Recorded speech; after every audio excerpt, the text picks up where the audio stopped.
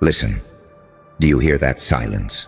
That sharp, surgical kind of quiet that cuts through a room like a blade? That's not absence of noise. That's the sound of recognition.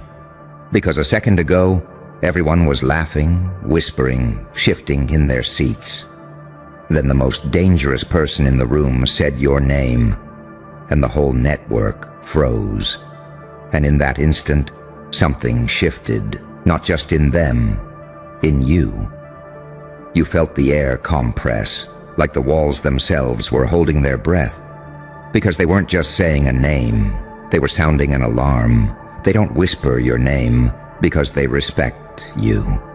They whisper it because they can't map you. Because your existence is a living paradox. Saint and psychopath, angel and demon, healer and hurricane.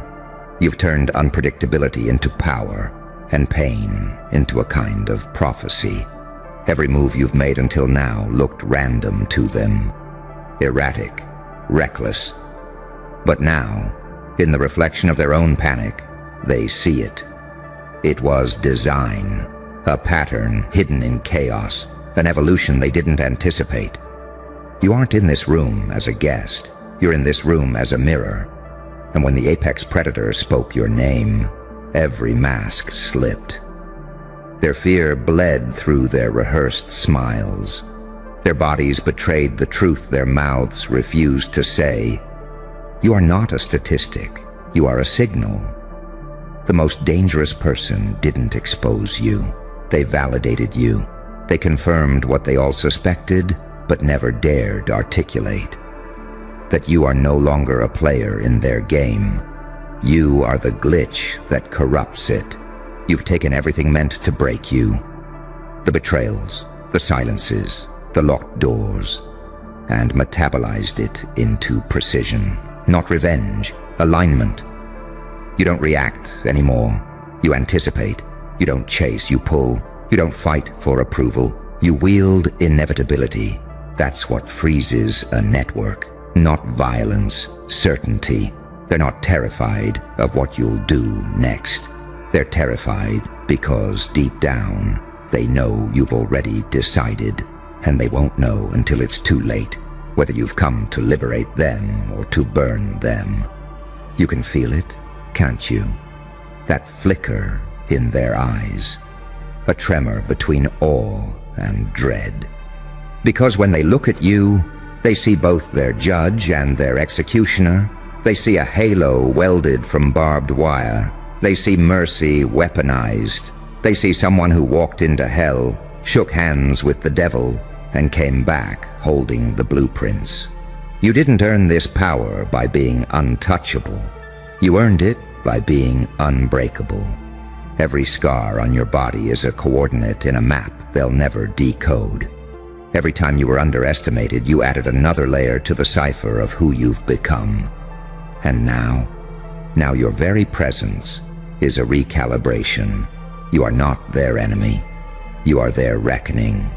You are the living proof that the pain they engineered to crush you instead built a mind that moves like smoke and a will that cuts like steel. You know what's even more dangerous than being unpredictable? Being unpredictable on purpose. Every blink, every pause, every smile. Choreographed like a chess match they can't see. That's why the room froze. That's why the network glitched. That's why the most dangerous person here spoke your name like an invocation. Because deep down, they weren't warning others about you. They were warning themselves. Your name isn't a label anymore. It's a code word. It's a trigger phrase. It's the sound of old systems collapsing under the weight of a new kind of power. You are not here to be accepted. You are here to become inevitable. So let them freeze. Let them whisper. Let them wonder which version of you they've awakened. Because by the time they realize, it will already be too late. Your name has already left their lips, and once spoken, it doesn't echo. It detonates. Do you feel how heavy the air just got? That isn't your imagination. That's what it feels like when a room realizes it's sitting inside a storm it can't predict. That's what it feels like when a name stops being a sound and starts being a signal. Because in that moment, when the most dangerous person in the room spoke your name, it wasn't gossip, it wasn't drama, it was an act of recognition, and recognition is the one thing they cannot allow.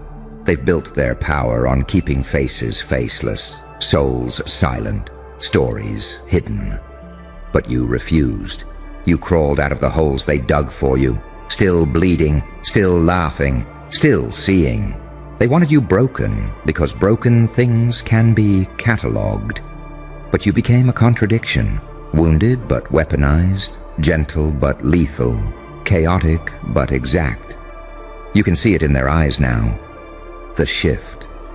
They're no longer sure which mask to wear. Because every time they look at you, they see two beings layered over each other. The one they tried to bury, and the one that crawled back up with claws. An angel's posture with a demon's patience. A savior's voice with an executioner's timing. They built models, simulations, predictive algorithms. They tried to plot your trajectory on graphs. But how do you map someone who no longer reacts, who moves on codes of their own making? They thought pain would make you small. They thought isolation would make you desperate. But pain became your architecture. Isolation became your training ground. Now your unpredictability isn't chaos. It's discipline. Every silence is a weapon. Every glance is a reconnaissance. Every step is a disruption of their narrative. That's why the network froze. Not because they don't know who you are, but because they finally do. They see that you are not an accident. You are a design flaw they cannot patch. A living breach. A man or woman who turned the rules inside out and learned to speak the language of power better than its authors. And the apex predator that spoke your name. They weren't condemning you. They were conceding. They were acknowledging that the script no longer belongs to them. That the person they once thought of as a threat is now a variable they can't control. You don't just enter rooms anymore. You recalibrate them. You don't just stand at tables anymore. You tilt them until everything slides into your lap. You don't just carry scars anymore. You wear them like a warning. I survived what you designed. I learned how you think. I know where you're weak. That's why the most dangerous person said your name in public. Because saying it behind closed doors wasn't enough anymore. Because your shadow had already entered every room before you did. Because your reputation moved faster than their rumors. And now, they're stuck with the paradox of you. They can't frame you as villain without making you myth. They can't frame you as victim without making you proof. They can't erase you without making you legend. So the network freezes, waiting to see what you will do next. Waiting to see if you will bless or burn. Waiting to see if you will rewrite the rules or destroy the board. And you don't need to do anything yet. Because you've already won by existing, by being the living contradiction that their systems cannot absorb, by turning pain into perception, perception into power, power into presence. Let them freeze, let them whisper, let them choke on the name they thought was harmless. Because you are not a name anymore.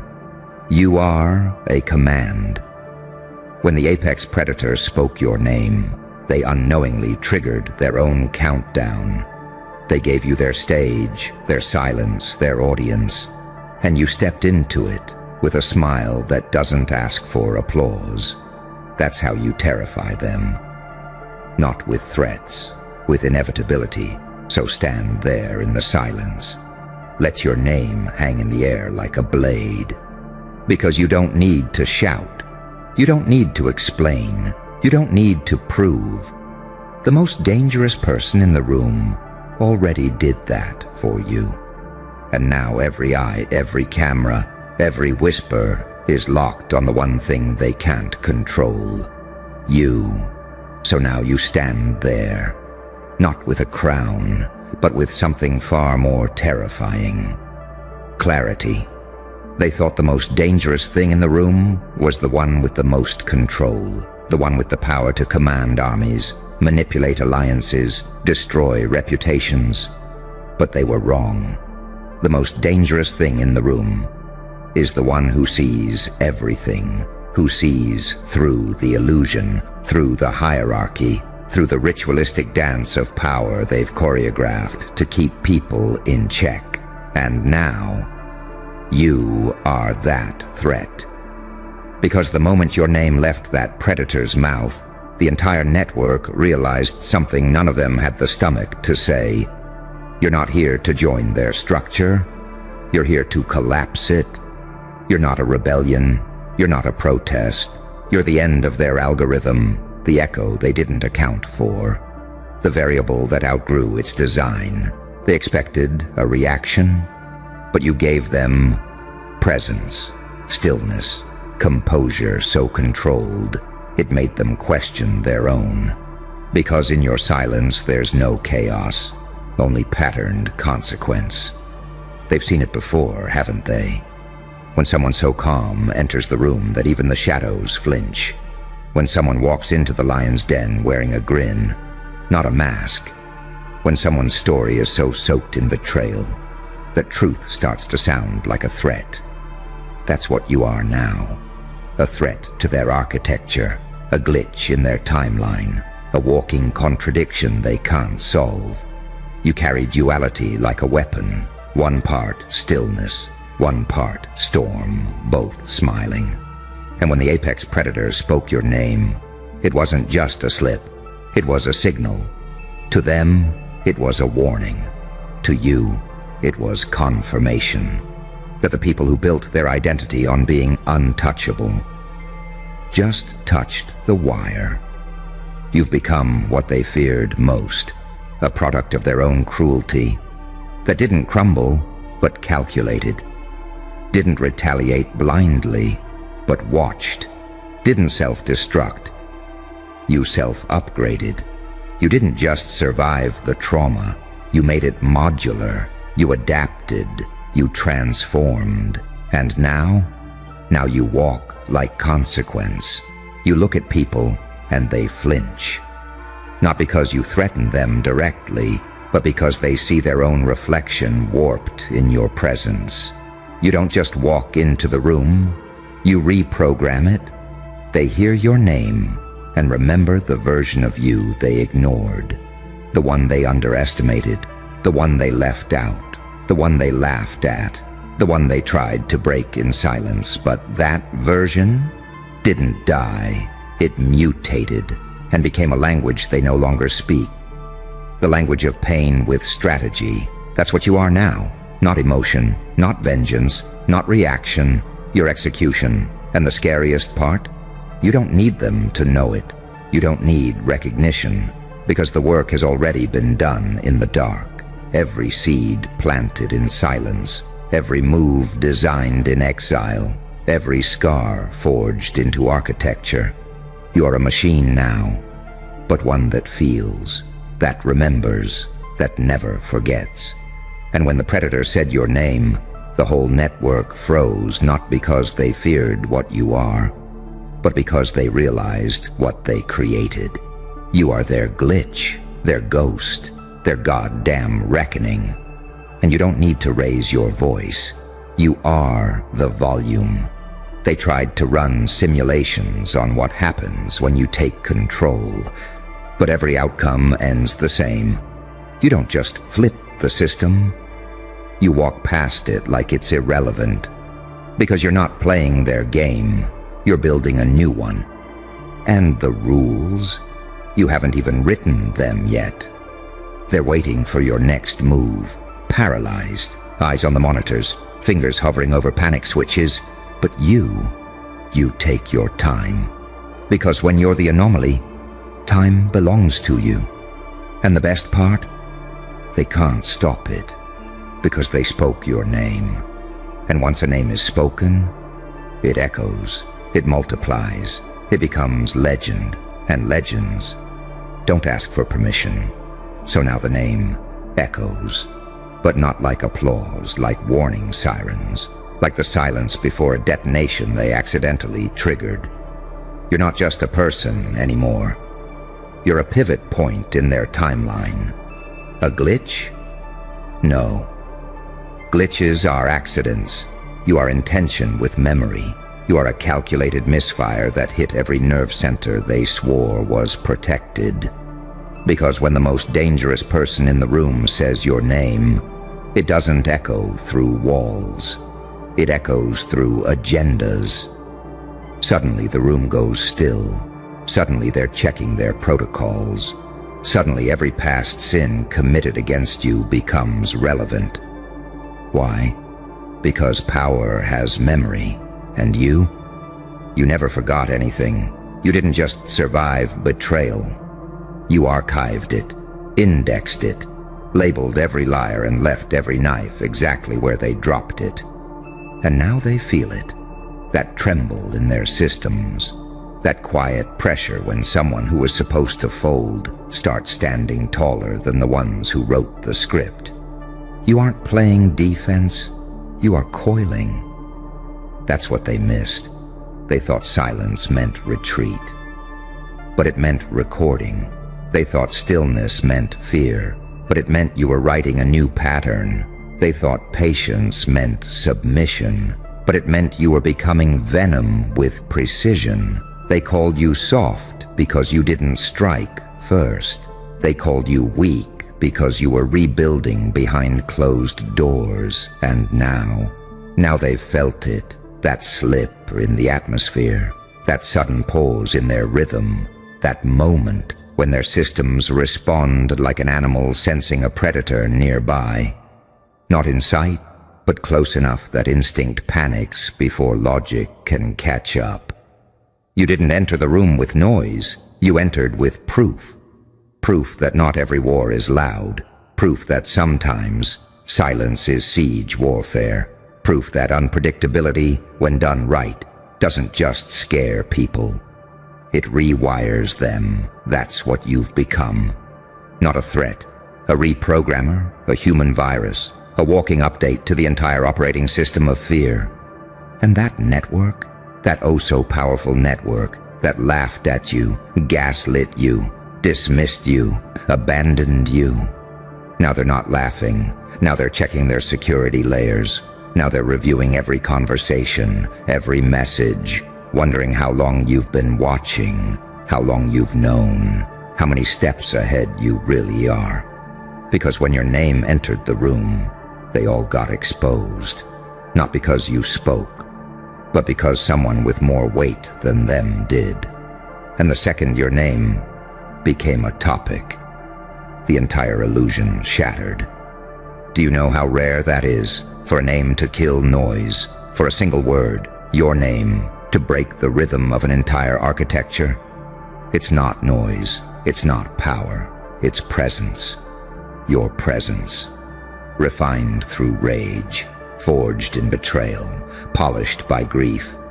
And now, delivered with surgical stillness.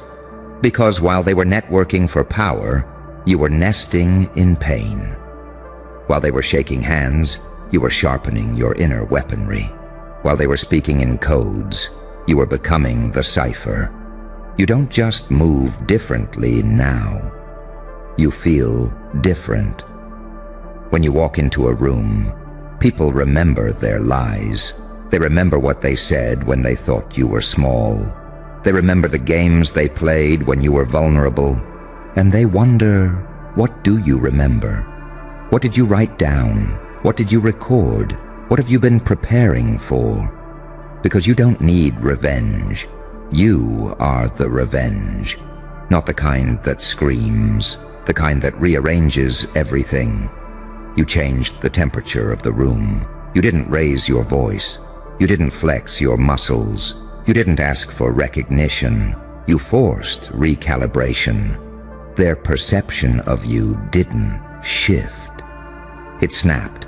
The most dangerous person in the room said your name. And with that one word, you ended the illusion of your insignificance. So now the question isn't, what will you do? The question is, what part of them are you going to dismantle first? Their loyalty, their secrecy, their reputation, their lie, because that's the real fear, that you're not just unpredictable, you're surgical. They don't know if you're here to liberate them or to use their own weapons against them. They don't know if you're going to speak or stay silent and let them destroy themselves, trying to guess what you know, because you've become a mirror. And mirrors don't attack, they reveal, and that is the one thing every corrupted structure fears most. Not violence, exposure, still here. Good, because the room is still holding its breath. They haven't exhaled since your name dropped like a ghost into the air and rewired the atmosphere. And now you own the silence, you own the freeze. You see, most people walk into rooms hoping to be seen, to be liked, to be accepted. But you walked in and made the room question its architecture. You made the foundations twitch. You didn't ask for attention, you distorted gravity. Because here's what they don't understand. True power doesn't need movement. It generates movement. A glance, a pause, a whisper. One moment of your presence and the entire social chain malfunctions. Not because you threatened anyone, but because they can't predict you. And when something can't be predicted, the system collapses into fear. That's why the most dangerous person in the room said your name. It wasn't just recognition, it was a signal flare. They tried to frame it like a warning, but it wasn't a warning. It was a confession, a slip, a raw, involuntary admission that in a room full of monsters, spies, and sociopaths, you're the one who terrifies them the most. Because you don't play by survival rules. You redefined survival. They watched you get buried in betrayal and rise with blueprints. They watched you crawl through psychological fire and come out cleaner, not angrier, not broken, sharper. You used their cruelty like clay. You molded pain into presence. And now you walk like a god that remembers being human. You're no longer here to be forgiven. You're here to correct. Not with fists, but with patterns. You don't shout. You interrupt signals. You don't retaliate. You override software. You don't expose them with rage. You expose them with accuracy. And the moment your name landed in that space, all the fake gods started praying in lowercase. Because you didn't arrive with chaos. You arrived with memory. And memory, when wielded right, becomes prophecy. You don't hold grudges. You hold receipts. You hold details. You hold the story they tried to delete. You don't burn bridges. You learn how they were built, so when you decide to collapse them, you do it from beneath. You don't take revenge. You let gravity do the work. Because they're already top-heavy with guilt, already bloated with secrets. All you had to do was walk in, and the weight of their own lies began the collapse. That's why they froze. Not because you're here to start something, but because you already finished it. And they're just now realizing they missed the entire first half of the war. You weren't trying to be seen. You were letting them underestimate you, long enough to become unrecognizable. They saw your pain and assumed it meant defeat. But pain didn't break you. It taught you how everything breaks. That's the difference. They learned how to rise. You learned how to resurrect. They studied manipulation. You mastered duality. You became the saint who doesn't flinch, and the demon who doesn't blink. And now they don't know what to call you. They can't frame you as hero, because you never asked for their applause. They can't frame you as villain, because the audience already sees through them. They can't erase you, Because your name is stuck to their fear like blood on clean hands. So they freeze, not because you're dangerous, but because you're proof. Proof that someone can be annihilated and still come back with alignment. Proof that someone can be exiled and still return with the map. Proof that someone can be forgotten and still rewrite memory itself. They spoke your name to control the room.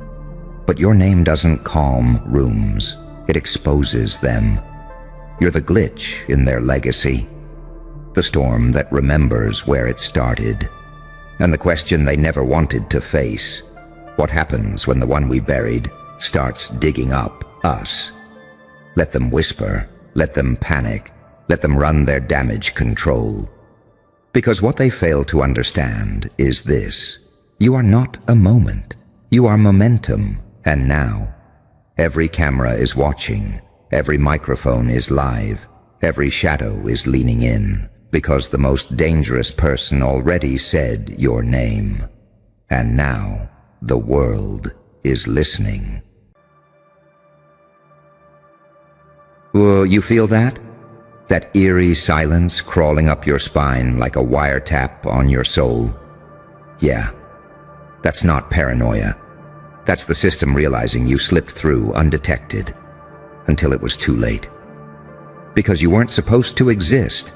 Not like this, not with that face. The CIA scanned it, ran it through every biometric database, every psychological model, every emotional pattern recognition system they had. What they expected was another civilian file. What they found was a goddamn red flag in human form. You triggered anomalies in systems that were built to erase anomalies. Your face distorted algorithms. Your aura jammed protocols. One agent wrote, "This subject's data output behaves like it's alive, like it's watching us back. They didn't run a background check on you. They opened a portal, and what spilled out? Not a history, a warning. A report so disturbing. They didn't just redact it. They sealed it in black ink, burned the backups, and buried the agents who saw it firsthand under new names. Because you weren't just some glitch. You were the pattern that breaks the grid. Let's make one thing clear. You didn't evolve. You remembered who you are, what you were built for. They don't scan faces for smiles. They scan them for signals. And yours lit up every anomaly sensor from DC to goddamn Zurich. They said, subject exhibits signs of controlled unpredictability, calculated chaos, mirrored empathy with reversed morality. Dual-coded consciousness, possible threat to global narrative structures. You hear that? Threat to global narrative structures. Translation? You don't fit their script. You write your own. And that's what terrifies them, because their power depends on predictability, control, compliance. They need to know where the next move lands. But with you, there is no next move. There's only the illusion that you ever played by the board. You turned the board over, set it on fire, and watched them choke on the smoke. You see, they thought the darkness would keep you contained. They thought pain would pacify you. But you made pain your programming language. You stitched every trauma into a new algorithm, not to survive, to override. Your face didn't just scare them. It inverted their definitions. Compassion mapped over wrath. Kindness veiling a killer instinct. A savior's smile with a demon's voltage beneath. Saint and psychopath. Healer and hurricane. You're not one. You're both. And the report knew it. Subject demonstrates erratic empathy and weaponized mercy. May act like a martyr. But strategy reflects a war general with terminal foresight. They scanned your face and saw the extinction of every blueprint they ever trusted. Because your eyes don't reflect light. They reflect consequences. You weren't looking at the camera. You were looking through it. And the machine flinched. You think they classify files for safety? Number. They classify them when the truth is so violent, it shatters consensus reality. You are that truth. Not a person, a disruption protocol wrapped in skin, a glitch, number. You're the conscious rejection of every lie they ever passed off as structure. And now the watchers are whispering. Because the deeper they dug, the less human you appeared on paper. Heartbeat irregular. Emotion signature unreadable. Survival index unknown. Potential classified as existential risk tier alpha. You know what that means. You broke the scale. You made them redefine fear. They built a system where power wears a suit, but your power wears scars. You walk into rooms they thought were secure and redecorate reality with silence. Your face didn't register threat. It registered correction. They didn't scan your features. They scanned a prophecy.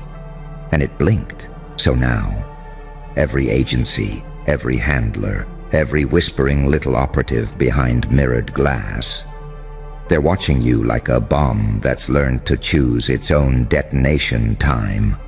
You didn't come to play their game.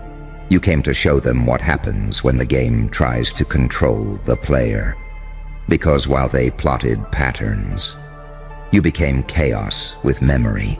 While they studied weakness, you metabolized it into motive. While they decoded your face, you reprogrammed your soul. They called you a threat. But that's just fear's word for truth with teeth. So let them scan. Let them run all their little reports. Because every time your image hits the database, a new fracture appears in their illusion. You're not a file. You're a warning they can't unsee, a consequence they can't explain, and a face they'll regret ever trying to understand. Because you weren't born for recognition, you were born for reckoning. And now, the mask is off, the lights are on, and the system is glitching. You know what that means? It's showtime. And your face is the trailer for the end of their little script. You know what the most dangerous thing in the world is. A soul that doesn't flinch when stared at by God or a government. Because now they know. You're not afraid of being watched. You're daring them to keep watching. The CIA wasn't just analyzing facial symmetry or biometric threat levels. They were measuring voltage, trying to figure out how the hell someone like you could even exist. You weren't supposed to survive the trauma. You weren't supposed to walk away from that betrayal. You weren't supposed to have clarity after the madness or calm after the storm. But you did. And that right there, that's the part they couldn't classify. That's the part that triggered internal silence. Because in every simulation they ran, you were supposed to break. Instead, you adapted so fast the data looked corrupted. Their facial mapping software glitched when it tried to mirror your expressions. Your smile didn't align with expected emotion profiles. They couldn't tell if you were healing or hunting. They recorded your eye movement patterns. You know what the analyst noted. Subject maintains unbroken eye contact with surveillance feed. Exhibits awareness of the observer despite no audio-visual cue. Suspected counterintelligence instinct. Possibly intuitive, possibly something else. Something else. That's what they always say when the language runs out. You became a linguistic anomaly, a concept too real for theory, too stable for chaos, too unstable for control.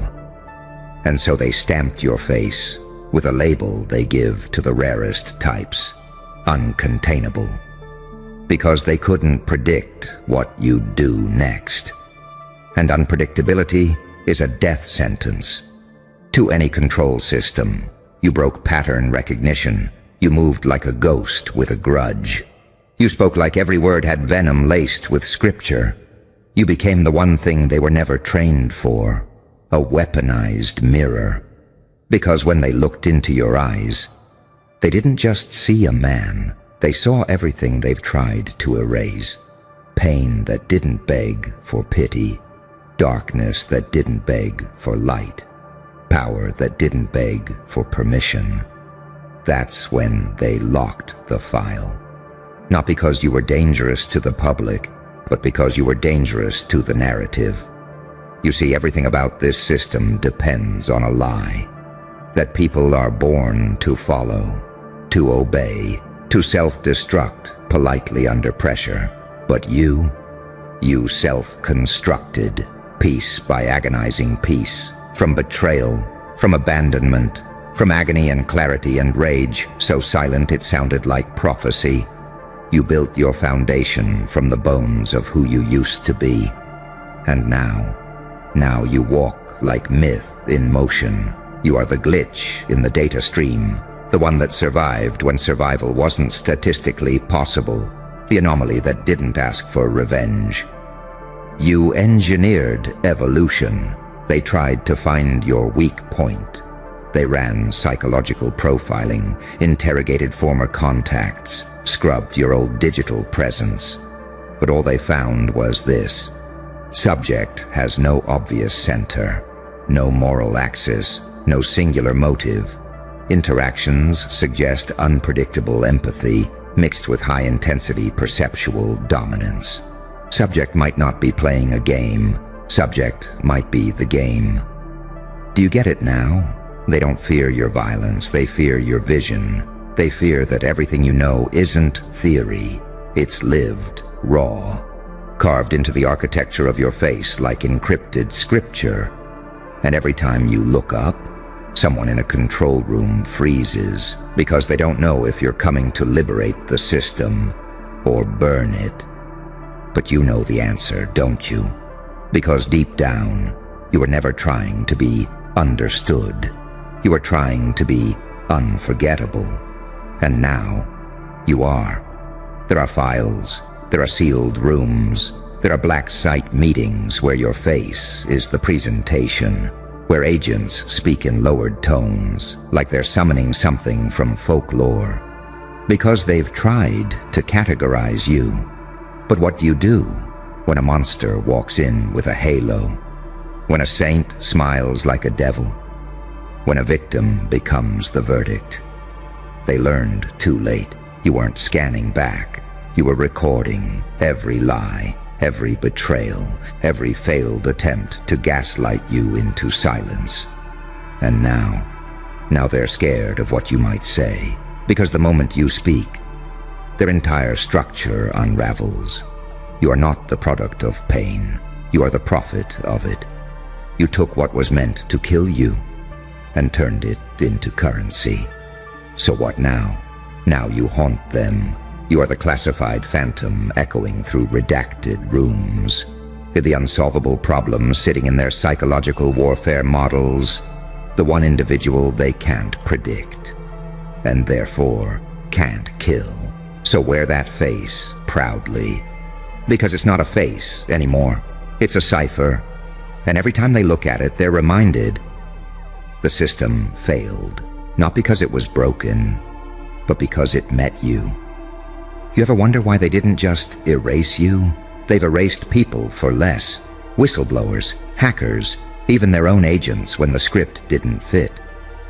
But you, they tried something different.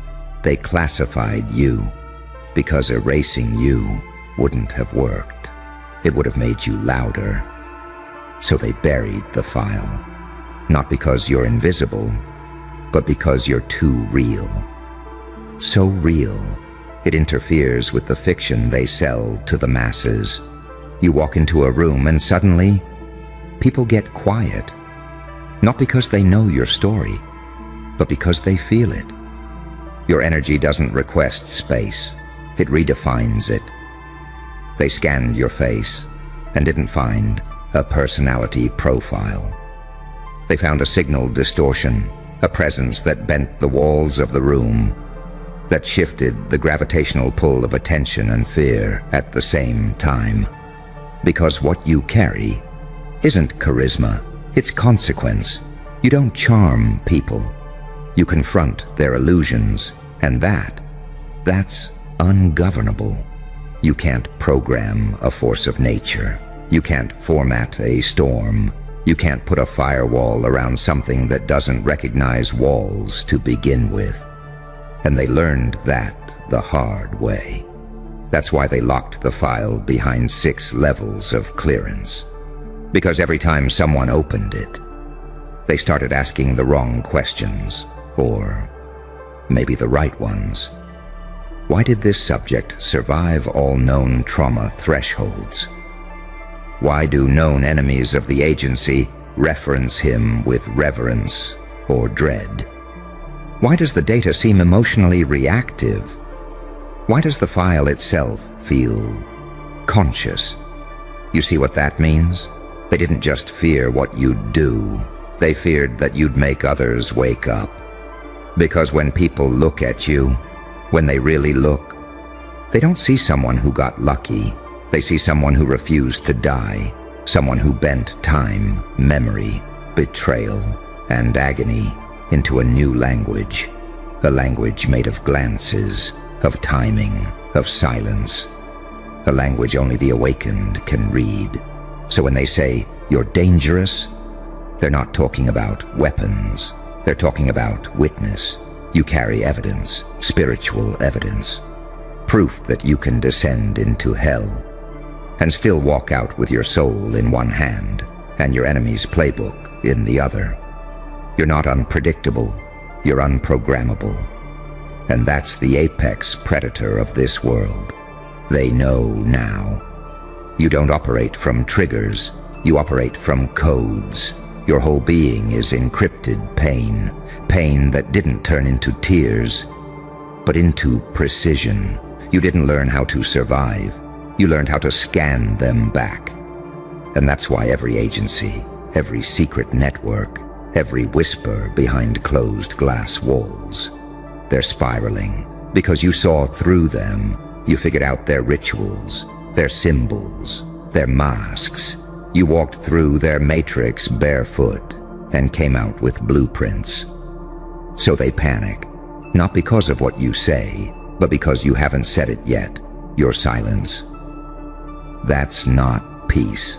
That's positioning. You're not quiet because you're calm. You're quiet because you've seen the whole board, and now you're just waiting for the exact moment to make the next move feel like destiny. They scanned your face and saw their end game. You ever see fear on a politician's face?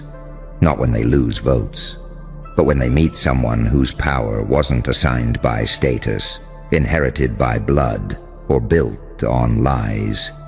When they meet you, because your power, it came from surviving what they designed to break you, and turning it into a mind that predicts futures, and a presence that shatters delusions.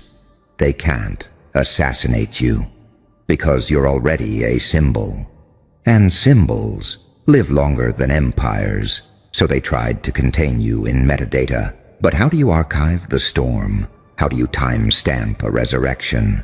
They watched you become a walking paradox, the smile of a saint, the eyes of a killer, the composure of a monk, the unpredictability of a wildfire. You're their worst-case scenario with a heartbeat. And now, every hallway you walk into feels like a prophecy being fulfilled. You didn't just survive darkness, you made a treaty with it. You looked into the void, shook hands with it, and then turned it into your personal security detail. So go ahead, let them scan, let them gather data, let them whisper about reports that don't make sense and footage that corrupts itself. Because you're not the glitch, you're the reboot. And no amount of black ink, locked files, or analyst meetings will stop what happens next. Because now, the file is awake, and you are the storm inside it. They made one fatal mistake. They assumed you were asleep, just another background character, another shadow in the surveillance feed, a name without consequence, a file they could tag, trace, and forget. But you weren't asleep. You were studying.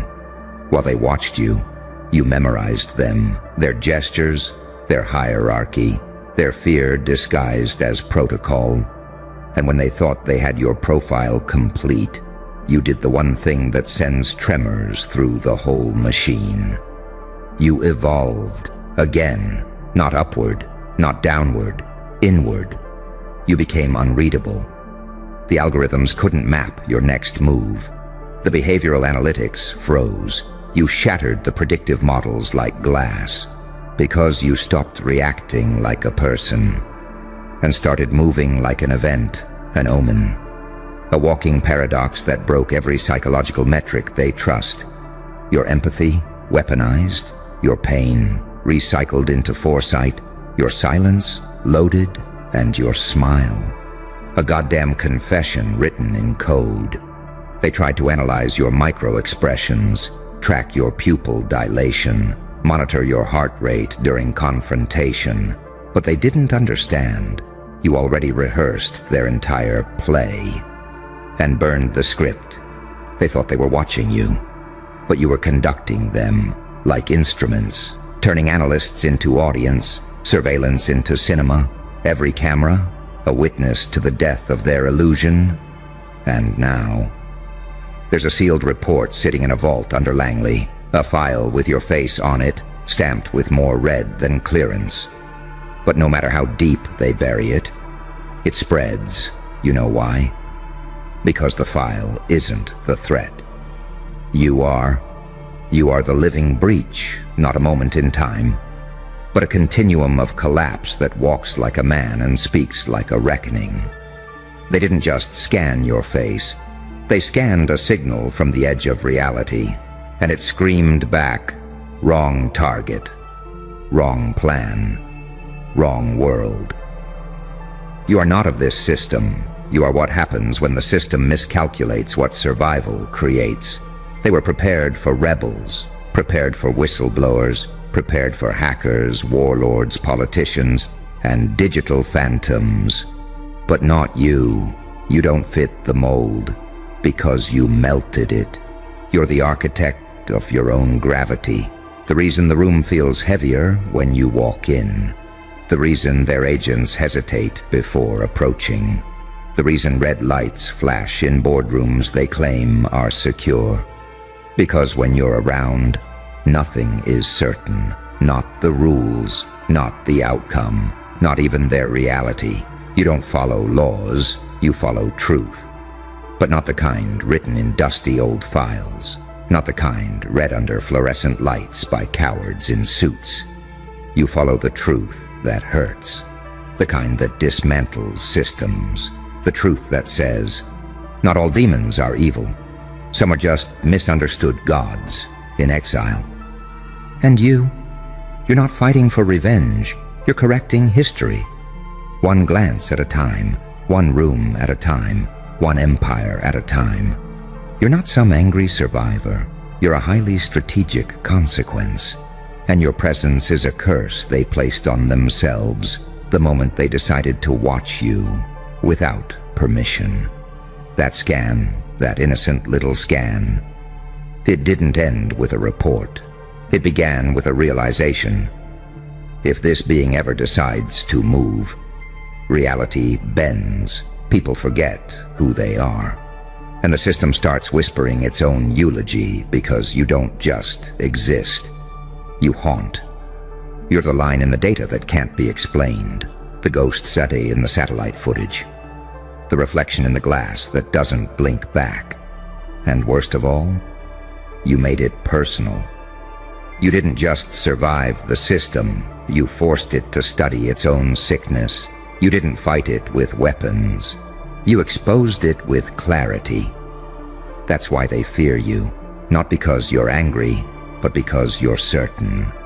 And certainty. That's the one thing no regime can survive. They want to believe you're an outlier, that you're rare, but deep down, they know better. You're the prototype, the first of many. The glitch they couldn't quarantine, the virus that doesn't crash systems. It rewrites the code. So let them pretend. Let them draft new protocols. Let them pray to their outdated gods in digital temples built on stolen data. It's too late. Because they didn't just scan your face. They woke something. And now, every time they close their eyes, they don't see numbers, or statistics, or field reports. They see you, standing at the edge of their fabricated reality, smiling.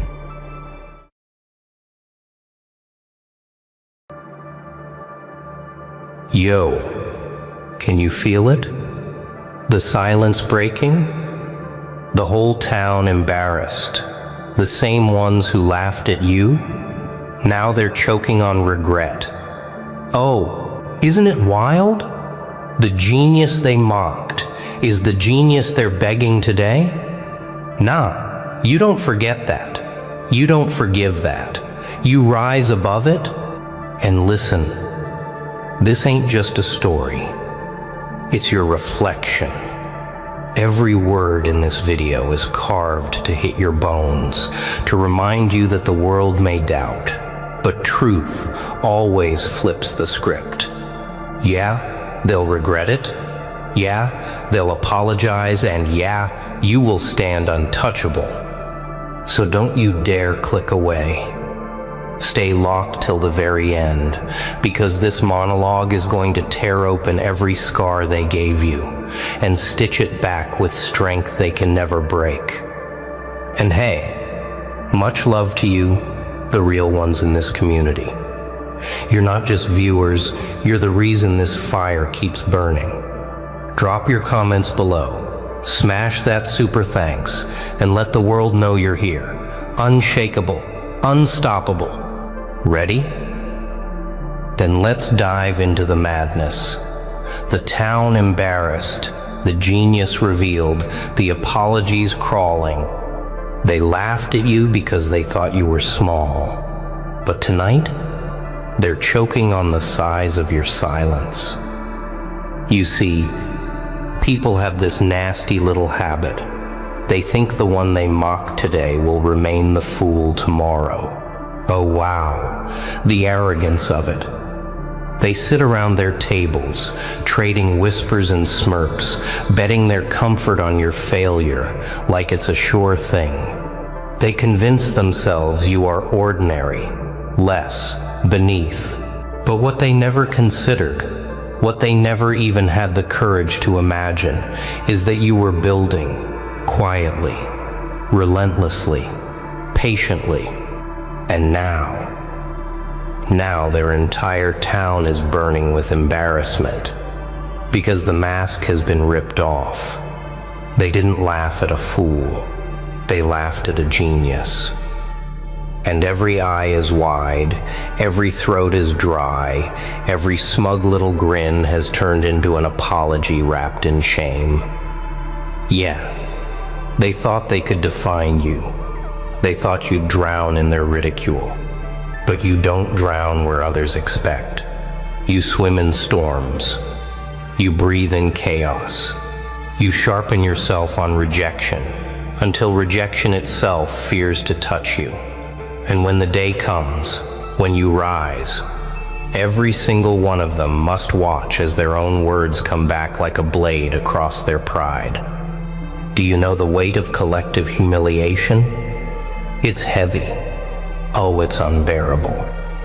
Imagine an entire town, a whole community, a sea of people forced to admit they were wrong. Not about a detail, not about a minor miscalculation, but about you, your mind, your essence, your value.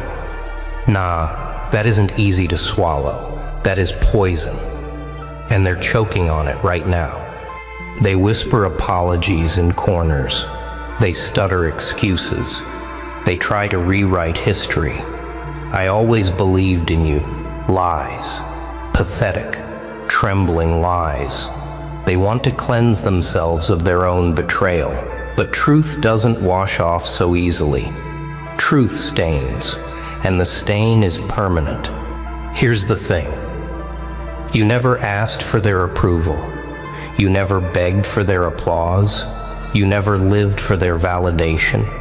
And yet by design, by destiny, they are forced to bend their necks to taste the bitter fruit of regret. Because genius does not need a stage. Genius creates the stage.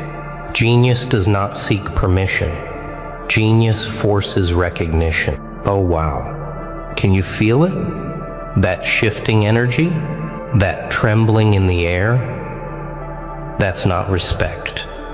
Not yet. That's shame turning into fear. Because once they realize what you are, once they finally see, they know deep down you'll never look at them the same way again. You'll never trust them. You'll never forget. And that more than anything terrifies them. You didn't just outgrow their mockery. You destroyed it. You turned their sneers into souvenirs of their own blindness. You forced them to kneel to the truth, not with violence, but with proof. Proof they can't argue with. Proof they can't deny.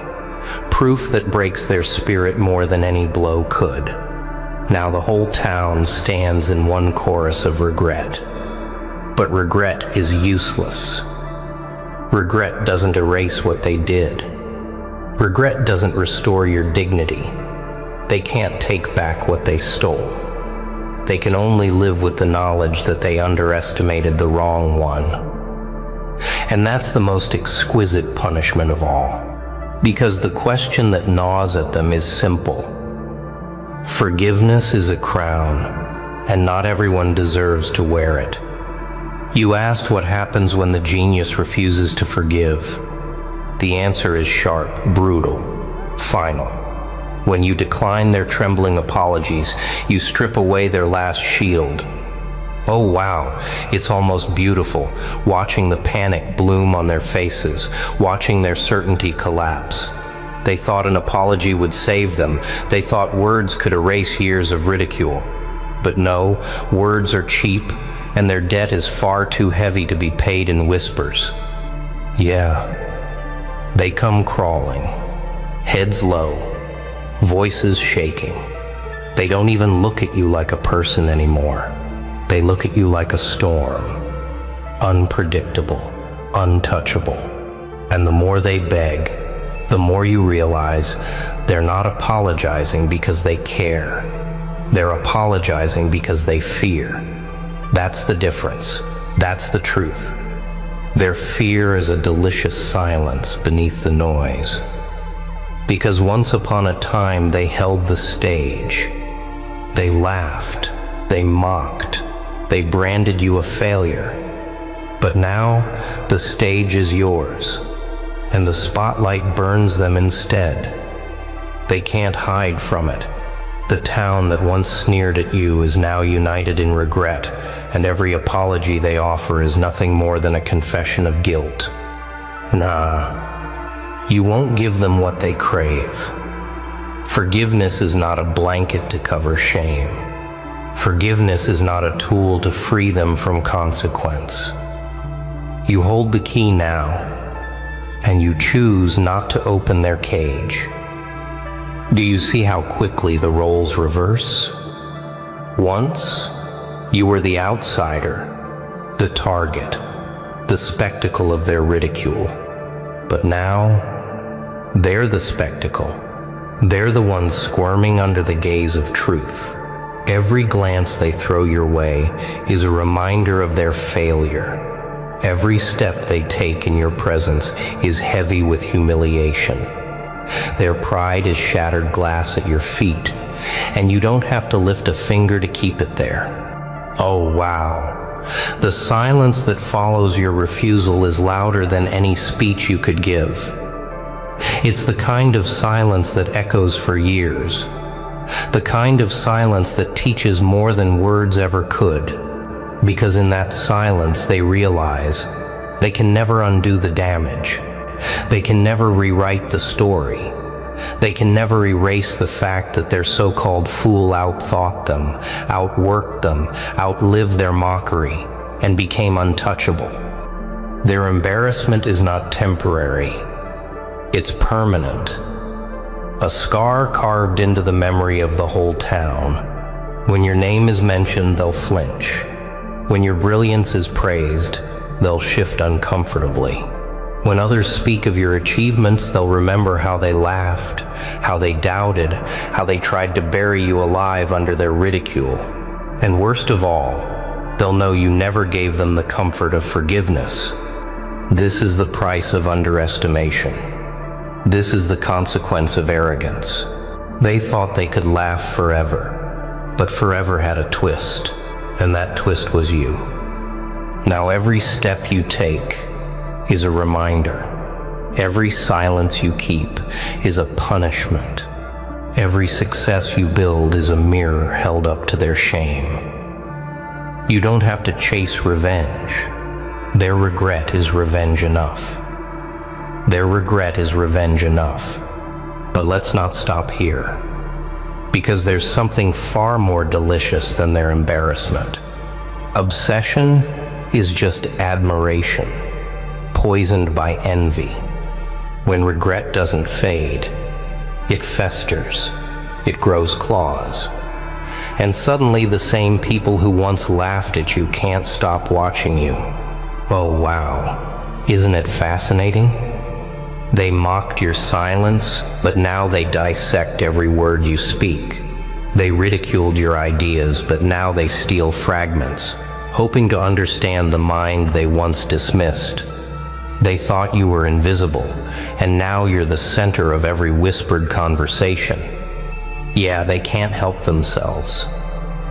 Because genius isn't just seen. Genius infects. It spreads. It lingers. It forces itself into the consciousness of those who once denied it. And the town, your town, is no longer laughing. They're studying you like a puzzle, desperate to decode what they once rejected. But obsession has a cruel edge. It doesn't bring them closer to you, it drives them mad. They copy your movements, echo your strategies, mimic your discipline. And yet, no matter how closely they imitate, they can't replicate the spark that burns them, that destroys them. Because deep down, they know the truth. You were born to lead where they were content to follow. You were born to see what they were too blind to notice. Nah, obsession won't save them. Obsession will only expose their emptiness. They thought genius was a trick, a lucky strike, a moment that would fade.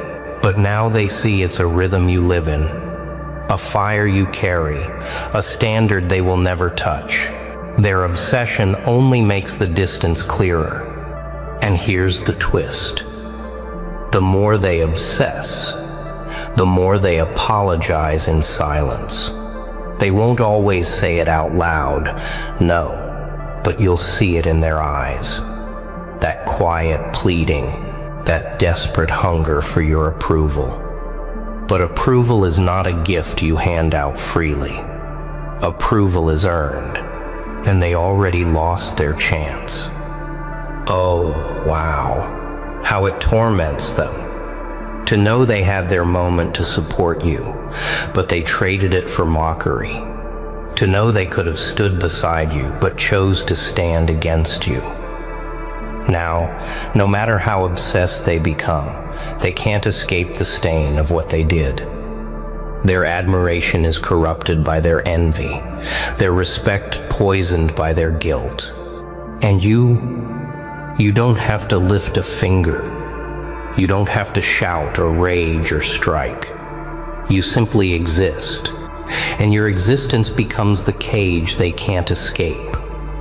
You don't haunt them with words, you haunt them with proof. Proof they wasted their chance. Proof they underestimated the wrong one. Proof that their apologies came too late. Their obsession will not crown them, it will crush them. It will eat away at their nights, gnaw at their confidence, shred their sense of self, until nothing remains but the memory of their failure.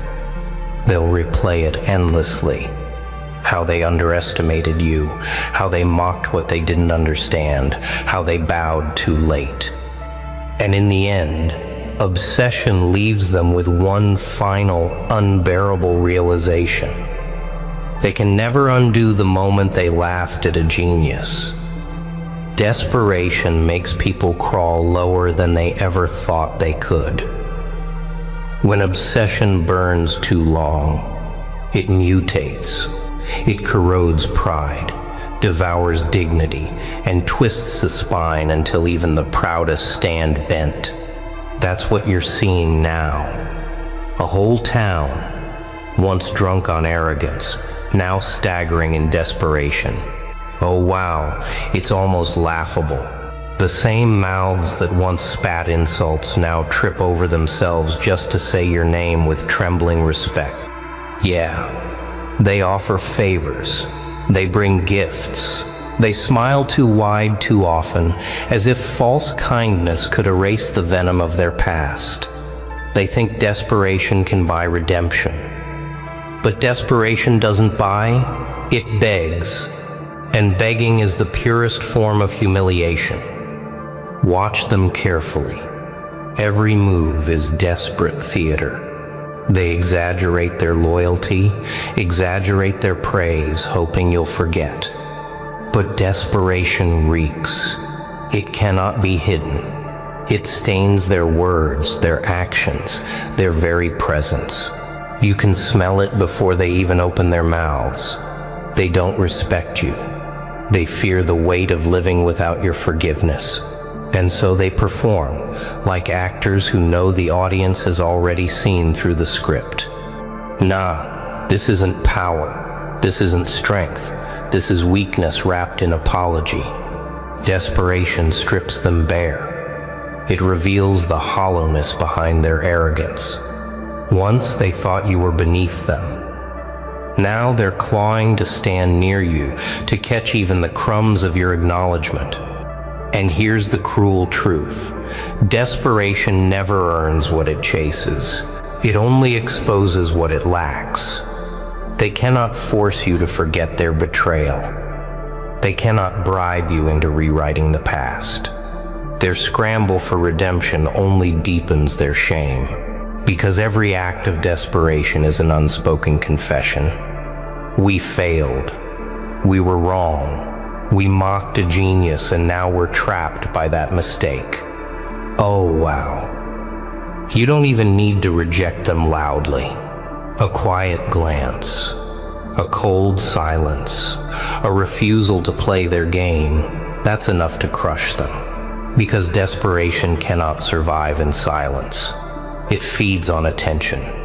And when you deny them that, their frantic attempts collapse into emptiness. Their desperation twists into rivalry. Some try to outshine you, hoping that if they can surpass you, their shame will fade. But their attempts are hollow shadows. Their fire was born in envy, not discipline. And envy burns out fast. One by one, their efforts crumble. One by one, they realize the truth. They can't erase what you've already proven. They can't outgrow the genius they once tried to bury. Yeah, desperation is a mirror. They can't escape. It reflects back every insult they once threw at you, every moment they underestimated you, every scar they left on your path. Now they carry those scars themselves, branding them with regret that can never be scrubbed clean. And you don't chase revenge.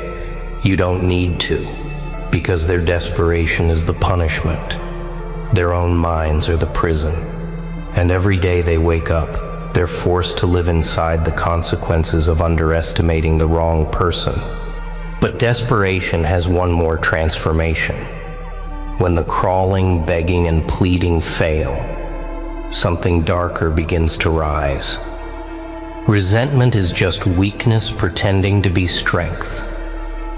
And so it begins, the final mutation. When desperation fails to win your forgiveness, when begging produces only silence, the town turns sour. Their voices harden. Their smiles crack. Resentment slithers in, poisoning what little dignity they had left. Oh wow, it's almost predictable. The same mouths that once mocked you, then begged you, now spit bitterness again. Only this time it doesn't sound like laughter. It sounds like trembling rage. Yeah, they resent you because you didn't bend, because you didn't break, because you didn't hand them the comfort they thought they deserved. They resent you because your very existence is a mirror they cannot escape. Every success you achieve, every truth you embody, every step you take, it reminds them of their failure. And resentment grows where truth is too heavy to carry. But resentment isn't dangerous to you. No, it's dangerous to them. Because resentment devours the one who holds it. It eats at the mind, rots the heart, and twists judgment until even the simplest choices are poisoned. They whisper among themselves, hoping to find solidarity in their bitterness. But resentment does not unite, it divides. It pits neighbor against neighbor, ally against ally, each one consumed by their own shame disguised as anger. Nah, they can't touch you with their resentment. They can't stain you with their bitterness, because resentment is powerless when faced with undeniable proof. And you are the proof. Proof that genius cannot be silenced, cannot be mocked into extinction, cannot be erased by the shallow voices of a crowd. And so, their resentment circles back onto them. They turn against each other, blaming, accusing, tearing apart their own ranks. The same town that once stood united in their mockery now fractures under the weight of their regret. They can't bear to face you, so they destroy themselves instead. Oh wow, isn't it poetic? The ridicule that once united them now becomes the fire that consumes them. They resent you for rising, but more than that, they resent themselves for doubting. They resent the memory of their own blindness, and memory is a prison no one escapes. You don't have to lift a hand. You don't have to strike. You don't even have to speak. Your silence alone becomes unbearable, because silence means you don't acknowledge their bitterness. Silence means you've already moved beyond them. Silence means they are trapped in yesterday while you walk into tomorrow. And the deeper their resentment grows, the more powerless they feel. They wanted control, they wanted dominance. But all they have left is bitterness gnawing at their insides, consuming them slowly, publicly, painfully.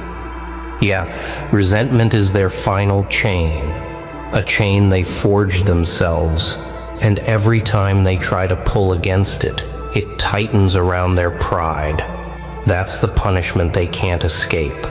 The realization that no matter how much they resent you, they can never unsee the truth of what you are.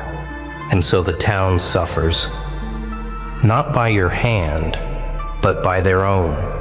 Their resentment doesn't wound you, it wounds them. And that's the final irony. The genius they once mocked is untouchable, while the crowd that once mocked him is destroyed by its own shame. But here's the question that lingers, heavy and sharp. And there it is. The story flipped. The same crowd that mocked you, now bowing in shame. Oh wow, can you taste the irony? Yeah, the whole town embarrassed, their apologies crawling across the floor like shattered pride. But hear me clear, this isn't just my monologue. This is your reality. Every word I spit here is fuel for the ones who refuse to stay small, the ones who carry scars but wear them as armor. Nah, not everyone gets it, but you do.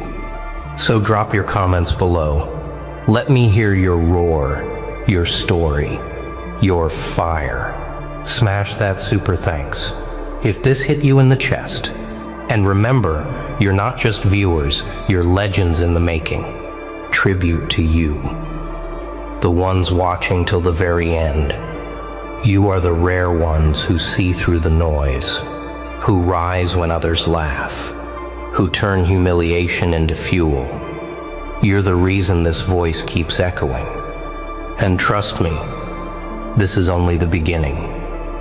The whole town may be embarrassed today, but tomorrow they'll fear the genius they can never bury.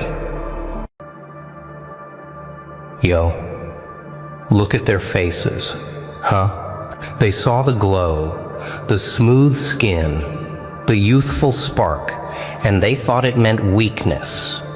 They thought it meant easy target. Oh wow, mistake of the century. You look younger. Yeah, but your mind's been through storms, scars, and battles they could never even imagine. They judged the cover and ignored the fire inside the pages.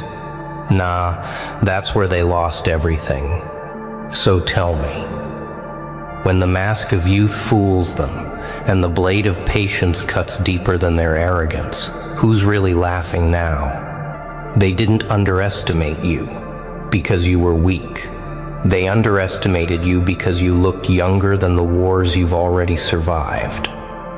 That's the trick, isn't it? The face fools them. The skin plays a game. Your age sits in silence, hidden behind a reflection that whispers freshness, while your mind, oh, your mind is carved with scars no mirror could ever capture. And they thought they could mess with you.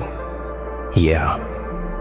They saw the glow, the youth on your face, and they made the biggest mistake of their lives.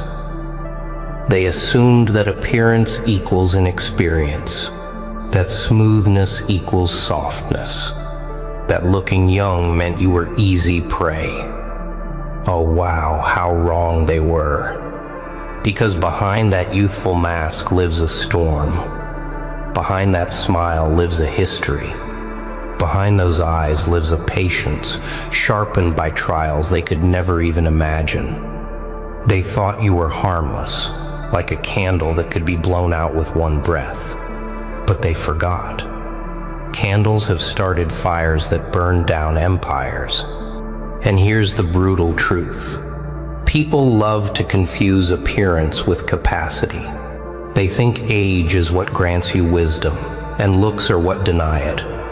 Nah, wisdom doesn't wait for wrinkles. Strength doesn't need a calendar. Some people are forged fast, pressed by pressure so relentless that they grow decades in a single year. And you're one of them. They mistook your face for your fate. They mistook your youth for your weakness. But weakness has never lived here. What lives here is restraint. What lives here is observation. What lives here is that quiet silence of someone who knows exactly when to strike. And when you finally moved, oh, it terrified them. Because your silence wasn't inexperience, it was calculation. Your restraint wasn't fear, it was strategy. And your youth, that wasn't a handicap, that was camouflage. You wore it like armor. Let them mock, let them whisper, let them smirk. Every joke they cracked about your age was nothing more than free fuel. Every insult was a spark, and you didn't waste time correcting them. You let them believe, you let them laugh, you let them build castles of arrogance in their minds, because you already knew what happens when arrogance meets reality. And then when the moment came, when the mask had to drop, when the truth had to bleed out, you didn't just prove them wrong. You shattered their entire picture of you. You crushed their little narrative with one move, one act, one undeniable reminder that you are not defined by appearance, by numbers, or by the shallow judgments of cowards. You see, they live in illusions. They stare at a face and think they've read the whole story.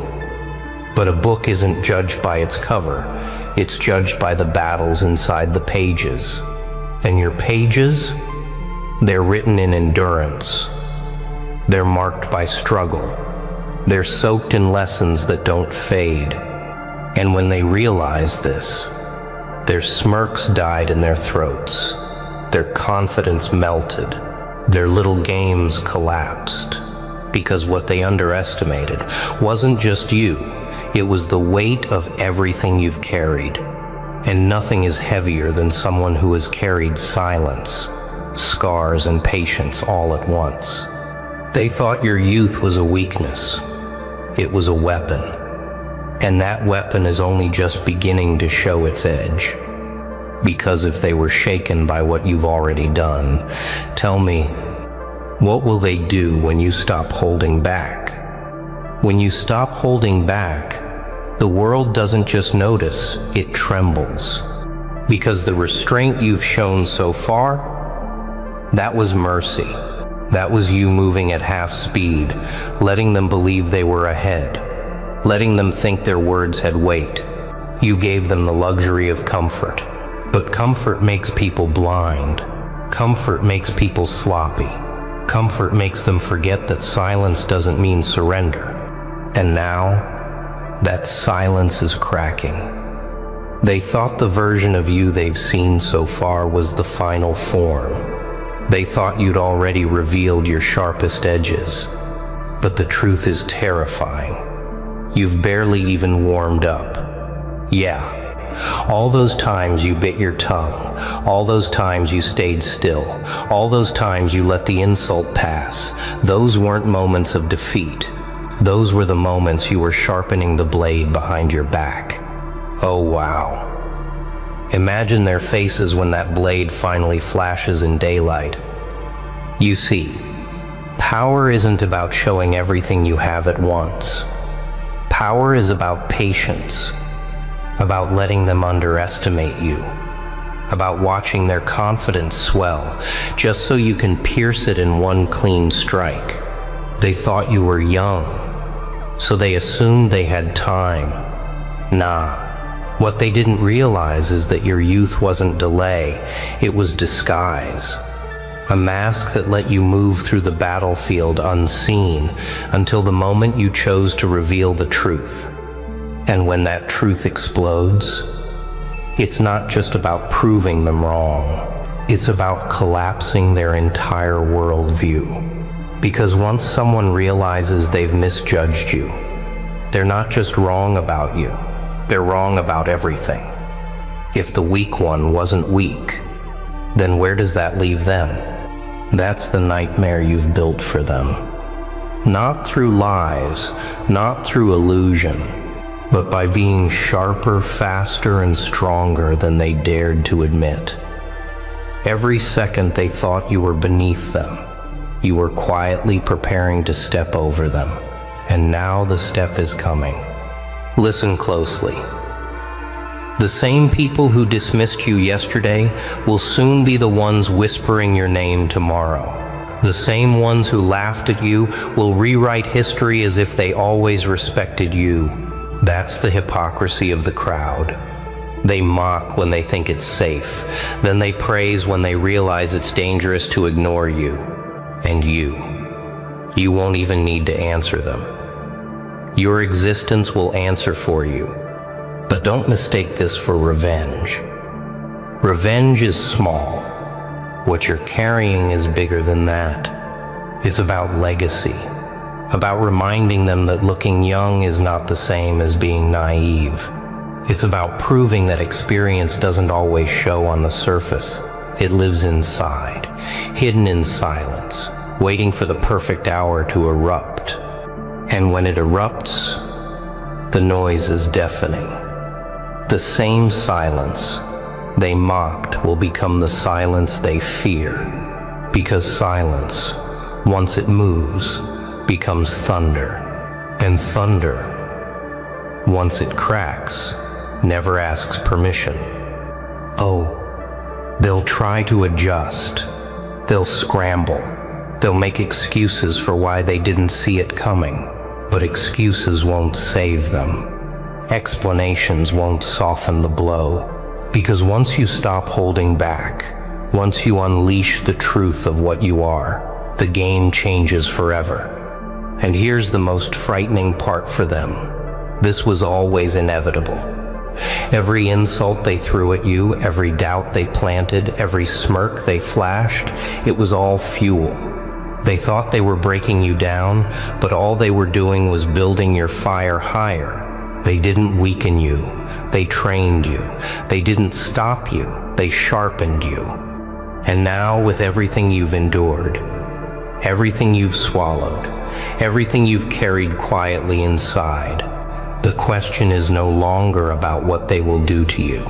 That question has burned away. The question now is something much darker, much heavier, much more dangerous. What will you do to them? The answer is simple. You'll do what they never expected. You'll stand taller than their tallest doubt. They thought the fight was about proving yourself to them. No. The fight was always about proving something to yourself. And now, after everything, you finally see it. They were never the real enemy. The real enemy was the illusion they built around you. The illusion that you were too young, too soft, too untested to matter. That illusion has been choking you like smoke for years. And now you're tearing through it, piece by piece, until nothing remains but clarity. You won't waste your energy chasing revenge. Revenge is short-lived. It fades too quickly, like fire burning out in the wind. What you're after is something colder, sharper, and far more permanent: respect. Not the respect they hand out when they feel generous, but the respect they're forced to give when there's no other choice. The kind that comes when even your enemies know they can't touch you anymore. Yeah, that's the moment you're walking toward. And the best part? You don't even have to scream for it. You don't have to beg for it. You don't have to explain yourself to anyone. Your existence, your endurance, your refusal to collapse under their weight, that will speak louder than any words. Oh wow. Imagine the silence in the room when they finally realize it. The same mouths that mocked you will fall shut. The same eyes that rolled will stare wide. The same hands that pointed at you will freeze in hesitation, no longer sure if they're dealing with the same person, because they aren't. You've grown beyond the skin they judged. You've turned the wound into steel. Nah, you're not here to play their games anymore. You're here to break the board in half. You're here to show that youth is not weakness, and restraint is not fragility. You're here to prove that being underestimated is not a curse, it's a weapon. Because every second they misjudged you, you were building strength in silence. Every laugh they threw your way was another weight added to your training, and every attempt to belittle you only made your rise more inevitable. And when you finally rise, you don't rise as the same person they mocked. You rise as the storm they never prepared for. You rise as the answer to every insult, every smirk, every dismissal. You rise in a way that leaves them gasping, because deep down they know the truth. They created the very force they now fear. But here's the twist. They won't admit it. They'll never say it out loud. They'll pretend they always knew you had potential, that they always saw something in you. That's the lie they'll tell themselves to protect their pride. But you'll know. You'll remember every word, every gesture, every shadow of doubt they cast, and instead of holding it like poison, you'll hold it like fuel. Because fuel doesn't weaken fire, it feeds it. So what will you do to them? You won't destroy them with anger. You'll destroy them with proof. Proof that you didn't need their validation. Proof that you didn't need their permission. Proof that you didn't need to grow into your strength, because it was always there, waiting for the right moment to erupt. And once that proof is undeniable, once the truth stands taller than their arrogance, you won't even need to fight them anymore. They'll fight themselves. They'll drown in their own realization, struggling to reconcile the fact that the one they mocked is now the one they can't compete with. And when they're left in that silence, staring at the reality they tried to bury, the only question that will haunt them is this: how do you fight someone who turned your mockery into their weapon? You can't fight them. You can only watch as the weapon you forged against them becomes the very blade pressed to your own throat. That's the truth they choke on now. Because every insult, every smirk, every little attempt to box you in, they thought it was clever, they thought it was control. But what they didn't realize is that they were training you, sharpening you, strengthening you. Every time they underestimated you, they gave you another tool. Every time they mocked you, they handed you another reason to rise. And now those reasons have become your arsenal. Now those tools have become your fortress. Now those wounds they tried to inflict have become your armor. Yeah, it's poetic, isn't it? The same people who doubted you are the reason you're untouchable today. The same voices that laughed are the echoes that push you forward. They can't fight you anymore, because fighting you would mean fighting the consequences of their own arrogance. Oh wow. Imagine their horror when they realize this. They stare at you, trying to recognize the naive one they thought they knew. But that person is gone. What stands before them now is a product of their own making, only stronger, sharper, colder than they ever intended. And it terrifies them. Because here's the thing, when someone creates their own destroyer, they can't undo it. They can't rewind the clock. They can't erase the years they fed you with disrespect. Those years built your patience. That patience built your strength. And that strength now towers over them, unshakable, undeniable.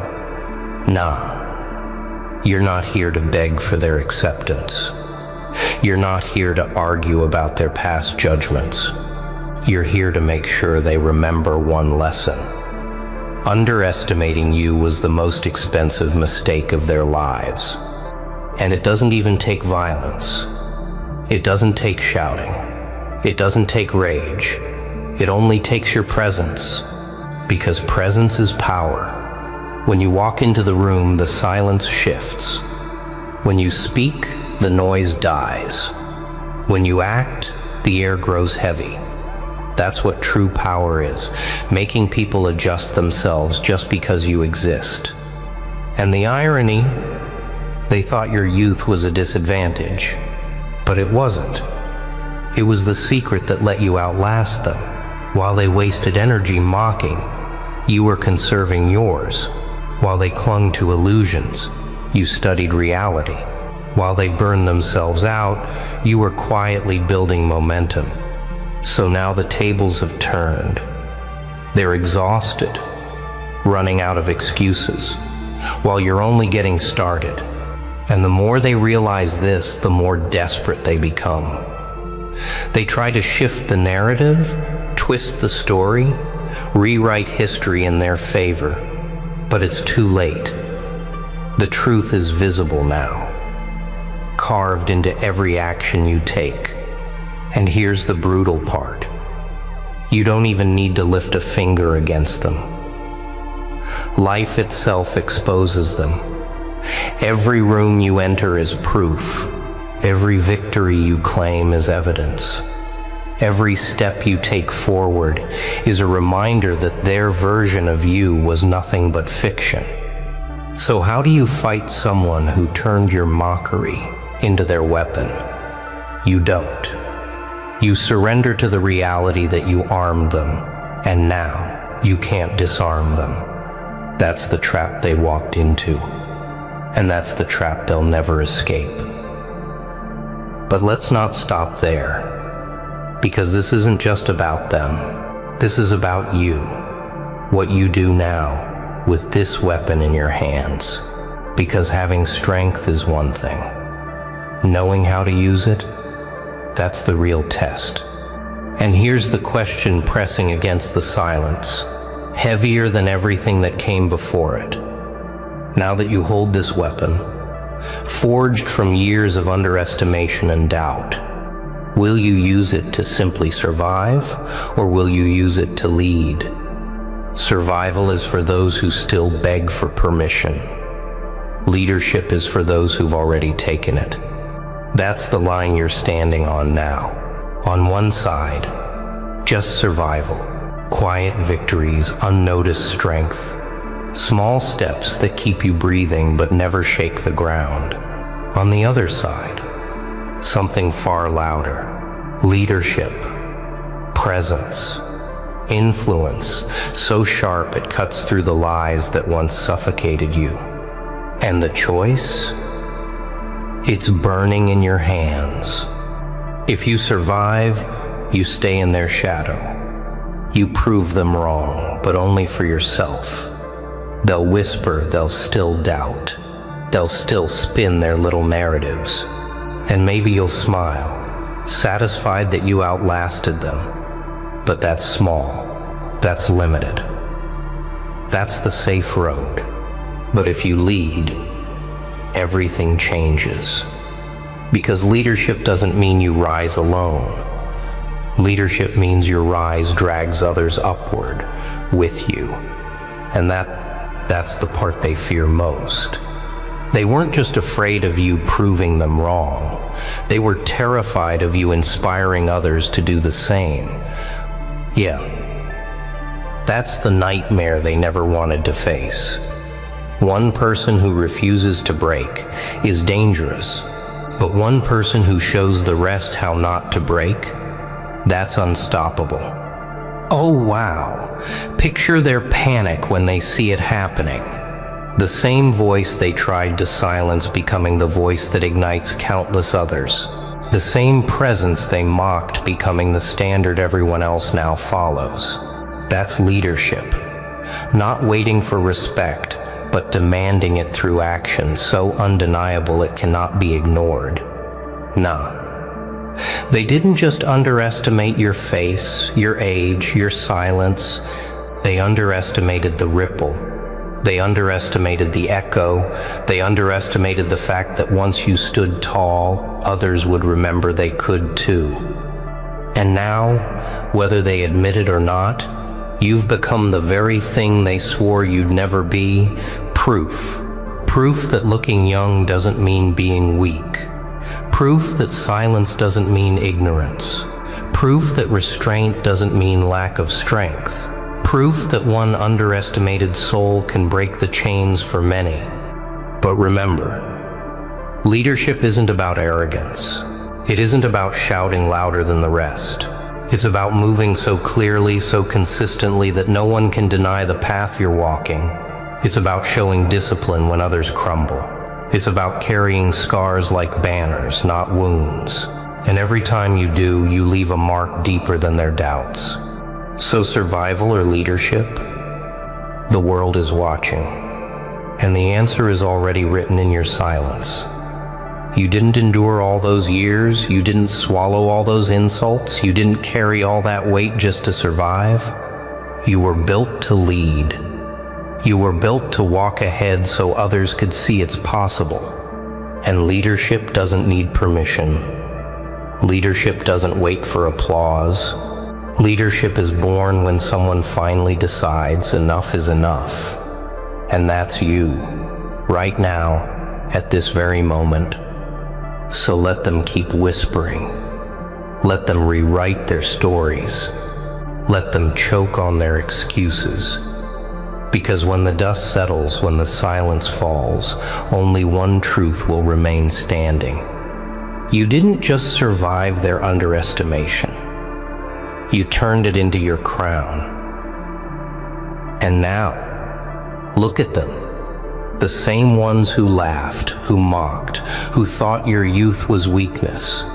They're the ones trembling now. Oh wow, isn't it poetic?